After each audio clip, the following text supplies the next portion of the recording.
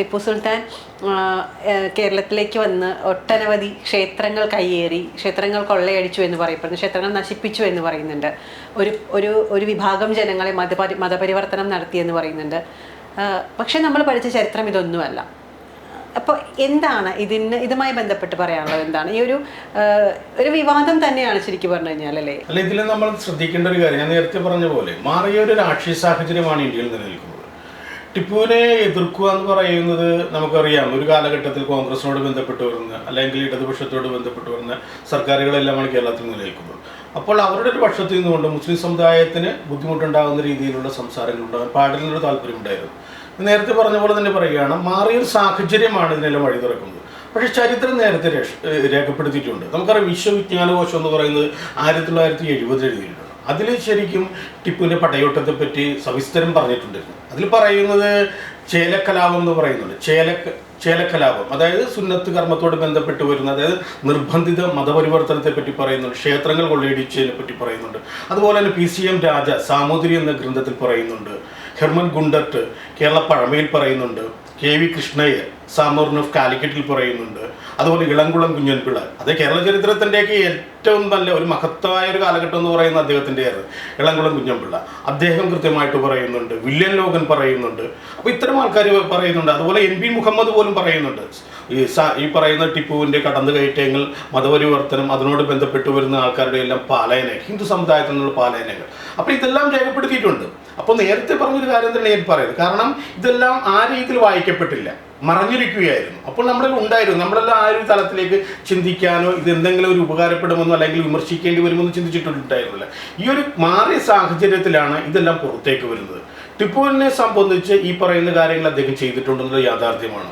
കാരണം നമുക്കറിയാം, ടിപ്പുവിനോട് ബന്ധപ്പെടുത്തി അദ്ദേഹത്തിൻ്റെ കാലഘട്ടത്തിൽ അല്ലെങ്കിൽ ഈ പറയുന്ന അദ്ദേഹത്തിനോട് മൈസൂരോട് ബന്ധപ്പെട്ട് വരുന്ന പ്രദേശത്ത് നിത്യേന പൂജയുള്ള 2 ക്ഷേത്രങ്ങൾ മാത്രമാണ്. അതിലൊന്ന് രംഗനാഥ സ്വാമി ക്ഷേത്രവും ശൃംഗേരി മഠവുമാണ്. അതിനൊരു പ്രധാന കാര്യം എന്ന് പറയുന്നത്, അപ്പം നമ്മൾ എന്തുകൊണ്ട് ഇത് പറയുന്നുണ്ടെങ്കിൽ പല ആൾക്കാരും പറയുന്നുണ്ട്, ഹിന്ദു സമുദായത്തോട് ബന്ധപ്പെട്ട് വരുന്ന പല വിഭാഗങ്ങളെയും ഈ ടിപ്പു സഹായിച്ചിട്ടുണ്ടെന്ന് പറയുന്നു. ആ സഹായത്തിൻ്റെ ഒരു കാര്യം എന്ന് പറയുന്നത്, അദ്ദേഹത്തെ സംബന്ധിച്ച് അദ്ദേഹം ഒരു ജ്യോതിഷത്തിൽ വിശ്വസിക്കുന്ന ഒരാളായിരുന്നു.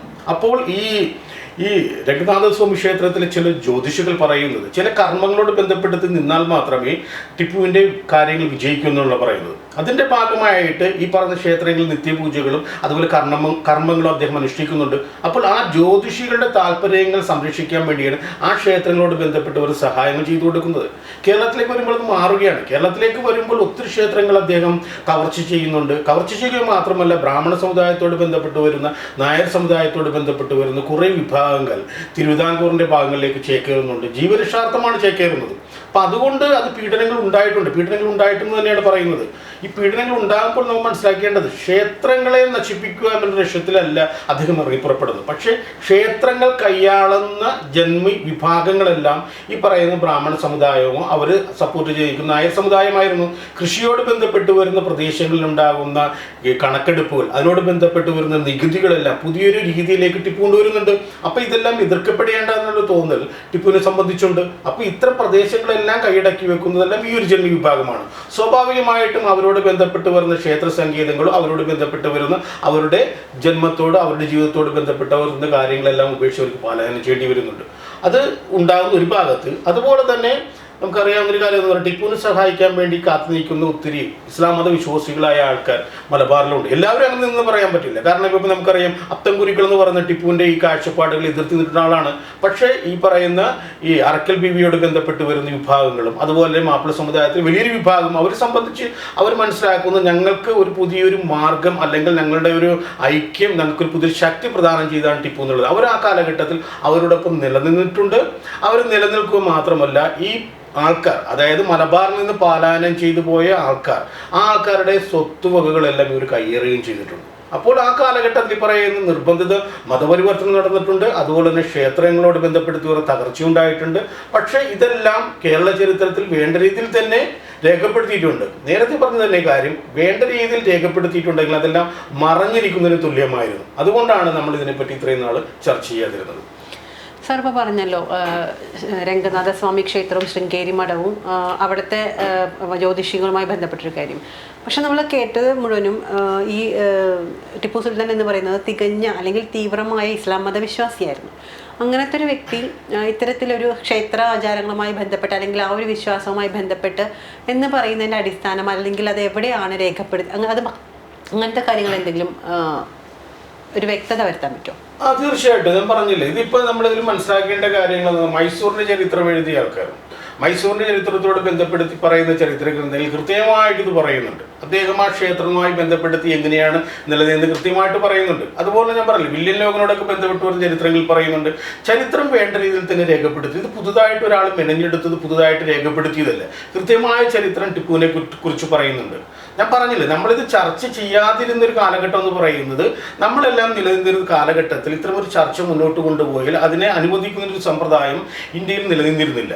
മാറിയ സാഹചര്യത്തിലാണ് ഇത്തരം ചർച്ചകൾ. ഒരു ഐക്യം ഉണ്ടാവാൻ വേണ്ടി മനഃപൂർവ്വം ഇതിനെല്ലാം പൂഴ്ത്തി വെച്ചതാണ് എന്നാണ് സാർ പറയുന്നത്. ഞാനൊരു ഐക്യം എന്നുള്ളതിന്റെ അപ്പുറം, കാരണം ഇത്തരം ഒരു ഭരണകൂടം നിലനിന്നത് ഇസ്ലാം മത വിശ്വാസികളുടെയും ഹിന്ദു മത വിശ്വാസികളുടെയും എല്ലാം അവരുടെ കൂട്ടായ സഹകരണം ആഗ്രഹിച്ചുകൊണ്ടാണ്, അല്ലെങ്കിൽ അതിൽ സ്വീകരിച്ചുകൊണ്ടായിരുന്നു. മാറിയൊരു സാഹചര്യത്തിൽ ഇസ്ലാം മത വിശ്വാസികളുടെ ആളുകളുടെ വോട്ടുകൾ വേണ്ടെന്ന് വാശി പിടിക്കുന്ന അല്ലെങ്കിൽ അങ്ങനെ ആഗ്രഹിക്കുന്ന ജനവിഭാഗം വന്നപ്പോഴാണ് ഇതെല്ലാം പുറത്തേക്ക് വരുന്നത്. അവരെ സംബന്ധിച്ച് വർഗീയപരമായിട്ടുള്ള കുറേ കാര്യങ്ങൾ പുറത്തേക്ക് കൊണ്ടുവരും എന്ന രീതിയിൽ പറഞ്ഞു വെക്കുന്നത്. പക്ഷെ പറഞ്ഞു വെക്കുന്നത് തീർത്തും നമുക്ക് യുക്തിസഹമായിട്ട് എതിർക്കേണ്ടതുമാണ്. കാരണം വർഗീയപരമായിട്ട് തന്നെയാണ് അവർ പറയുന്നത്. ഈ വർഗീയപരമായിട്ടുള്ള കാര്യങ്ങൾ നമ്മൾ മാറ്റി നിർത്തിയാൽ ചരിത്രത്തോട് ബന്ധപ്പെടുത്തി ഹിന്ദുക്കളോട് ബന്ധപ്പെടുത്തി വരുന്ന ഒത്തിരി എന്താ പറയുക നാശങ്ങളിലേക്ക് ടിപ്പുവിന്റെ കാര്യങ്ങൾ മാറിയിട്ടുണ്ട്. പക്ഷെ നമ്മളോട് മനസ്സിലാക്കേണ്ടത് ടിപ്പു അങ്ങനെ ചെയ്യാനുള്ള കാര്യത്തെ കുറിച്ചാണ് നമ്മൾ നേരത്തെ പറഞ്ഞത്. ടിപ്പു ഒരു സുപ്രഭാതത്തിൽ ഹിന്ദുക്കളെ നശിപ്പിക്കണമെന്നും പറഞ്ഞുകൊണ്ട് കേരളത്തിലേക്ക് വന്നതല്ലേ. ടിപ്പുവിനെ ക്ഷണിക്കുന്ന ഒരു സാഹചര്യം ഇന്ത്യയിലെ അല്ലെങ്കിൽ ഇന്ത്യയിലെ ഏറ്റവും പ്രധാനപ്പെട്ട രാജവംശങ്ങളോട് ബന്ധപ്പെട്ട് വരുന്ന ആൾക്കാർ ക്ഷണിക്കുന്നുണ്ട്. ടിപ്പുവിനെ ക്ഷണിക്കുകയാണ്. അതായത് ഒരു മാർഗം തുറന്നു കൊടുക്കുന്നത് ഈ ഹിന്ദുക്കളായ രാജാക്കന്മാർ തന്നെയാണ്. ഒരിക്കലും അറക്കൽപ്പിക്കുകയോ മറ്റുള്ളവരല്ല ക്ഷണിക്കുന്നതെല്ലാം ഹിന്ദുക്കളായിട്ടുള്ള രാജാക്കന്മാരാണ്.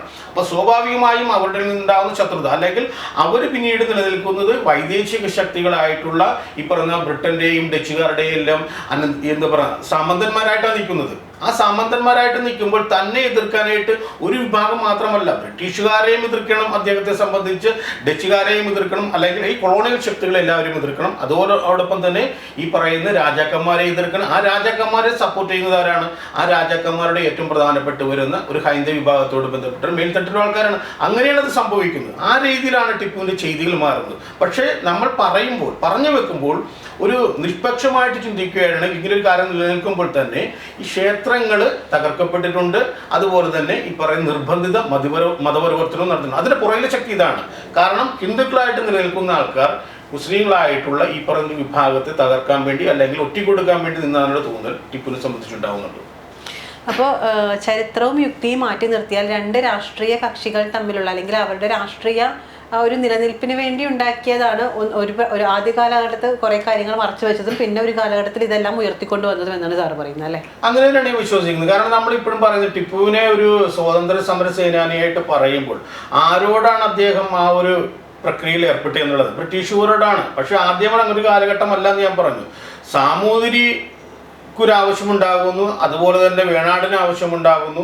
ഈ സമയത്തെല്ലാം ടിപ്പു ആരോടാണ് എതിർക്കേണ്ടത്? ഇവരോടാണ്. പക്ഷെ ഇവർ എതിർക്കപ്പെടാൻ തയ്യാറാകുന്നില്ല. കാരണം ഇവരെല്ലാം പരാജയപ്പെട്ടു പോകുന്ന അവസ്ഥയാണ്. ഈ സമയത്താണ് പിന്നീട് ബ്രിട്ടീഷുകാരോട് എതിർക്കേണ്ടി വരുന്നത്. ഈ ടിപ്പുവിനെ സംബന്ധിച്ച് അല്ലെങ്കിൽ ടിപ്പു ഏറ്റവും കൂടുതൽ ബന്ധപ്പെട്ടിരിക്കുന്ന ഫ്രഞ്ചുകാരോടൊക്കെ ബന്ധപ്പെട്ട് നിൽക്കുന്നുണ്ടായിരുന്നു. അപ്പോൾ ഒരു വൈദേശിക ശക്തിയോട് ടിപ്പു അപ്പോഴും ബന്ധപ്പെടുന്നുണ്ട്. അതൊരു സ്വാതന്ത്ര്യ സമരത്തോട് ബന്ധപ്പെടുത്തി അങ്ങനെ ആ വഴിക്കാൻ ചിന്തിച്ചാൽ പറയാൻ പറ്റില്ല. അപ്പോൾ ടിപ്പു ബ്രിട്ടീഷുകാരെ എതിർത്തു എന്നുള്ള രീതിയിലാണ് നമ്മൾ സ്വാതന്ത്ര്യ സമര സേനാനി എന്ന് പറയുന്നത്. അങ്ങനെ എതിർക്കുമ്പോൾ തന്നെ ആ ടിപ്പു എതിർത്ത സ്വാതന്ത്ര്യ സമര സേനാനി എന്ന് പറയാൻ വേണ്ടി നമ്മൾ ഉപയോഗിക്കുന്ന ഒരു കഥയിൽ അല്ലെങ്കിൽ ആ ചരിത്രത്തിൽ ടിപ്പു എതിർത്ത വിഭാഗത്തിന്റെ ഒപ്പം തോളോട് തോൾ ചേർന്ന് നിൽക്കുന്നത് സാമൂതിരിയും അല്ലെങ്കിൽ ഇവിടുത്തെ വേണാട്ട് രാജാക്കന്മാരാണ്. അപ്പോൾ അവരെല്ലാം ഇന്ത്യ വിരുദ്ധരാണ്. ടിപ്പു സ്വാതന്ത്ര്യ സമര സേനാനിയാകുമ്പോൾ ബ്രിട്ടീഷുകാർ എതിർക്കപ്പെടേണ്ടാകുമ്പോൾ അവരോടൊപ്പം നിന്ന് അവർ എതിർക്കപ്പെടേണ്ടതാണ്. ഇതിൽ മറ്റൊരു കാര്യം നമുക്ക് സൂചിപ്പിക്കാനുള്ളത്, ഈ കാർത്തിക തിരുനാളെന്ന് പറയുന്നത് ടിപ്പുവിന് ശേഷം പറഞ്ഞ രാജാവുണ്ട്. ടിപ്പുവിന്റെ പടയോട്ടത്തിൽ നമ്മൾ വിജയിക്കുകയാണെങ്കിൽ അതിനൊരു പ്രത്യുപകാരം എന്ന രീതിയിലായിട്ടാണ് നമ്മുടെ ഏറ്റുമാനൂർ ക്ഷേത്രത്തിൽ 7.5 പൊന്നാനയെ സമർപ്പിക്കുന്നത്. അപ്പോൾ നമുക്കറിയാം ഒരു ഹൈന്ദവ വിശ്വാസത്തോട് ബന്ധപ്പെട്ട് വരുന്നതാണ് ആ ഒരു 7.5 പൊന്നാനെ നമ്മൾ ഇന്നും കണക്കാക്കുന്നത്. പക്ഷെ നമ്മൾ മനസ്സിലാക്കുന്നത് എങ്ങനെയാണ്? ആ വിജയം സമ്മാനിച്ചത് ആരാണ്? ഈ ബ്രിട്ടീഷുകാരാണ്. അപ്പൊ ബ്രിട്ടീഷുകാരുടെ സഹായം നേടിയതിന്റെ ഭാഗമായിട്ടാണ് ചരിത്രം നമുക്ക് അങ്ങനെയും വായിക്കാം. അപ്പോൾ ആ രീതിയിലാണ് പോകുന്നത്. ഇതിലുണ്ടാകുന്ന പ്രശ്നം എന്ന് പറയുന്നത് ടിപ്പുവിനെ സംബന്ധിച്ച് നമ്മൾ നേരത്തെ പറഞ്ഞത് തന്നെയാണ്. ഇന്ത്യ എന്ന് പറയുന്ന ഒരു ജനാധിപത്യ രാഷ്ട്രം സൃഷ്ടിച്ചെടുക്കുക എന്ന് പറയുന്ന ഒരു കാഴ്ചപ്പാട് കൂടിയല്ല, മറിച്ച് തൻ്റെ അധികാരം മുന്നോട്ട് കൊണ്ടുപോകാനുള്ള ഒരു മാർഗതടസ്സം, അതിനുള്ള ഒരു മാർഗതടസ്സമായിട്ട് ബ്രിട്ടീഷുകാർ മാറുന്നുണ്ട്.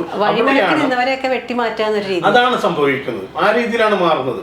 നമുക്കറിയാലോ, ഒന്നാം സ്വാതന്ത്ര്യ സമരം പറഞ്ഞ പോലെ കാർത്തിക തിരുനാൾ എന്ന് പറയുന്ന രാജാവും ഇതുപോലെ തന്നെ തന്റെ മുൻപിൽ വഴിതടസ്സമായി നിൽക്കുന്ന ടിപ്പുവിനെ അല്ലെങ്കിൽ അവരെ ഒതുക്കാൻ വേണ്ടിയാണ് ഈ ഏഴര പൊന്നാന സമർപ്പിച്ചതെന്നാണ്. അപ്പോഴും ഈ പറയുന്ന സ്വാതന്ത്ര്യ സമര സേനാനി എന്നപ്പോ അവിടെയും കാർത്തിക തിരുനാളിനെയും പറയാൻ പറ്റില്ല. ഇല്ല, അവരൊന്നും ഒരിക്കലും നിന്നിട്ടില്ല. വേണാടിനോട് ബന്ധപ്പെട്ട് വരുന്ന ഒരു രാജാക്കന്മാരും സ്വാതന്ത്ര്യ സമരത്തോട് ബന്ധപ്പെടുത്തി അല്ലെങ്കിൽ ഇന്ത്യയുടെ പരമാധികാരം ഒരു വൈദേശിക ശക്തിക്ക് നൽകാൻ പാടില്ലെന്ന് ആഗ്രഹിക്കുന്നവരല്ല. വൈദേശിക ശക്തികളുടെ താല്പര്യങ്ങളെ കൂട്ടുപിടിച്ചുകൊണ്ട് അവരെ സഹായിച്ചുകൊണ്ട് നിൽക്കുന്നവരായിരുന്നു വേണാടികൾ അല്ലെങ്കിൽ വേണാട്ട് രാജാക്കന്മാർ. മാർത്താണ്ഡവർമ്മ മരിക്കുമ്പോൾ അടുത്ത രാജാവായിട്ടുള്ള കാർത്തിക തിരുനാൾ അനന്തരവനോട് പറയുന്നത് ഈ ബ്രിട്ടീഷ് സമൂഹത്തെ അല്ലെങ്കിൽ ബ്രിട്ടീഷ് ഭരണകൂടത്തെ ഒരിക്കലും ബുദ്ധിമുട്ടിക്കരുതെന്നാ പറയുന്നത്. അവരെ ബുദ്ധിമുട്ടിക്കാതിരുന്നാൽ വേണാടിനെ സംബന്ധിച്ച് അഭിവൃദ്ധി എന്ന് പറയുന്നത്.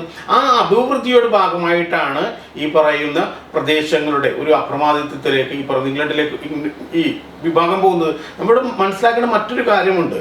ഇതിലുണ്ടാകുന്നത് ടിപ്പുവിനെ സംബന്ധിച്ച്, ടിപ്പു കേരളത്തിലേക്ക് കടന്നു വരുമ്പോൾ അല്ലെങ്കിൽ ഹൈദരാലി കേരളത്തിലേക്ക് കടന്നു വരുമ്പോൾ ഒട്ടനവധി നാട്ടുരാജാക്കന്മാരാണ് കേരളത്തിൽ ഉണ്ടായിരുന്നത്.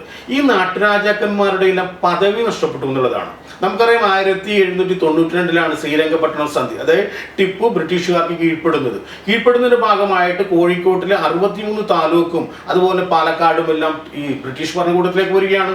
ആ ബ്രിട്ടീഷ് ഭരണകൂടത്തിലേക്ക് വരുമ്പോൾ നമ്മൾ മനസ്സിലാക്കേണ്ട ഒരു കാര്യം എന്ന് പറയുന്നത് പിന്നീട് 1800 ആകുമ്പോൾ മലബാർ മേഖല ബ്രിട്ടൻ്റെയുമായി മാറുകയാണ്. മദ്രാസ് പ്രസിഡൻസി നേരിട്ടാണ് ഈ പറയുന്ന പ്രദേശം ഭരിക്കുന്നത്. അതായത് അവിടുത്തെ നാട്ടുരാജാക്കന്മാരുടെ അവകാശം എന്നേക്കുമായി ഹരിക്കപ്പെട്ടു. ടിപ്പു യുദ്ധം ചെയ്തെന്ന് പറയുന്ന ഹിന്ദു രാജാക്കന്മാരുടെ എതിരാണെങ്കിൽ അവർ ആരോടൊപ്പം നിന്നത്? അവർ ബ്രിട്ടന്റെ സഹായം തേടി. ബ്രിട്ടന്റെ സഹായം തേടിയപ്പോൾ പിന്നീട് അവർക്ക് ടിപ്പു പിൻവാങ്ങുമ്പോൾ അവർക്ക് സ്വന്തം രാജ്യമില്ല. 1800 കഴിയുമ്പോൾ ബ്രിട്ടന്റെ കോളനിയായിട്ട് ഏറ്റവും പ്രധാനപ്പെട്ട ഒരു പ്രദേശമായിട്ട് മദ്രാസിന്റെ കീഴിൽ വരുന്ന പ്രദേശമായിട്ട് മലബാർ മാറുകയാണ്. പിന്നീട് ഉണ്ടാകുന്നത് കൊച്ചിയും ഇവ പറയുന്ന വേണാടുകളും. വേണാടായിട്ട് എങ്ങനെയാണ് ഈ പറയുന്ന ബ്രിട്ടീഷുകാരെ ഒരിക്കലും പിണക്കരുത് എന്നുള്ള സന്ദേശം നൽകിയിട്ടാണ് മാർത്താണ്ഡവർമ്മ മാറുന്നത്. അതിന്റെ ഭാഗമായിട്ടാണ് പിന്നീട് വരുന്ന ആൾക്കാരെല്ലാം ബ്രിട്ടനോട് ബന്ധപ്പെട്ട് നിലനിൽക്കുന്നത്. അതായത് സ്വാതന്ത്ര്യം എന്നതിനപ്പുറം അവരെല്ലാം ഉദ്ദേശിച്ചിരുന്നത് സ്വന്തം അധികാരം നിലനിർത്തുക എന്നുള്ളത് തന്നെയായിരുന്നു. അത് തന്നെയായിരുന്നു ഒരു അതിനുവേണ്ടി പല മാർഗങ്ങളും ഉണ്ടെന്ന് ഇതിൽ പറയാവുന്നൊരു കാര്യം. ഇപ്പൊ ഡച്ചുകാരുമായിട്ട് നമ്മൾ ഇപ്പൊ അദ്ദേഹം ബന്ധപ്പെടുന്നുണ്ട്. ഈ കൊച്ചി രാജാവ് ഡച്ചുകാരുമായി ബന്ധപ്പെടുന്നുണ്ട്. വേണാടികളെ സംബന്ധിച്ചിട്ടാണെങ്കിൽ ഡച്ചുകാരോട് ബന്ധപ്പെടുകയില്ല. ഡച്ചിന്റെ ആ ഒരു കാലഘട്ടത്തിലുള്ള ഡിലനോയുടെ സഹായം സ്വീകരിച്ചുകൊണ്ടാണ് ഈ തിരുവിതാംകൂറിന്റെ സൈന്യത്തെ വിപുലീകരിക്കുന്നത്, ആധുനികവൽക്കരിക്കുന്നത്.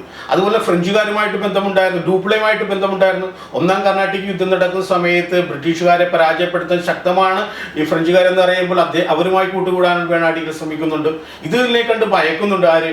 ഈ ഇംഗ്ലീഷുകാരെ സംബന്ധിച്ച് തിരുവിതാംകൂർ എന്ന് പറയുന്ന രാജ്യം ഫ്രഞ്ചുകാരോട് ബന്ധപ്പെട്ടിട്ടുണ്ടെങ്കിൽ ഞങ്ങളുടെ താല്പര്യങ്ങൾ മിക്കവാറും നടക്കില്ല എന്ന് തോന്നുമ്പോൾ അവരെന്താ ചെയ്യുന്നത്? അവരും ഈ വേണാടികളെ സഹായിക്കാൻ തയ്യാറാവുകയാണ്. അപ്പോൾ വൈദേശിക ശക്തികളെന്ന് നമ്മൾ പറയുന്നത്, അതായത് വൈദേശിക ശക്തികളെ പുറത്താക്കിയാൽ മാത്രമേ ഇന്ത്യക്ക് സ്വാതന്ത്ര്യം കിട്ടുമെന്ന് നമ്മൾ പഠിച്ചു വെച്ചിട്ടുള്ള ചരിത്രമുണ്ടല്ലോ. ആ ചരിത്രത്തിൽ പറയുന്ന ആൾക്കാരുടെ എല്ലാം ഏറ്റവും പ്രധാനപ്പെട്ട അംഗരക്ഷകന്മാരും അതുപോലെ സുഹൃത്തുക്കളുമായിട്ട് കഴിഞ്ഞവരായിരുന്നു ഈ പറയുന്ന രാജാക്കന്മാർ. അവരെ എതിർക്കാൻ വേണ്ടിയാണ് ടിപ്പു വന്നത്.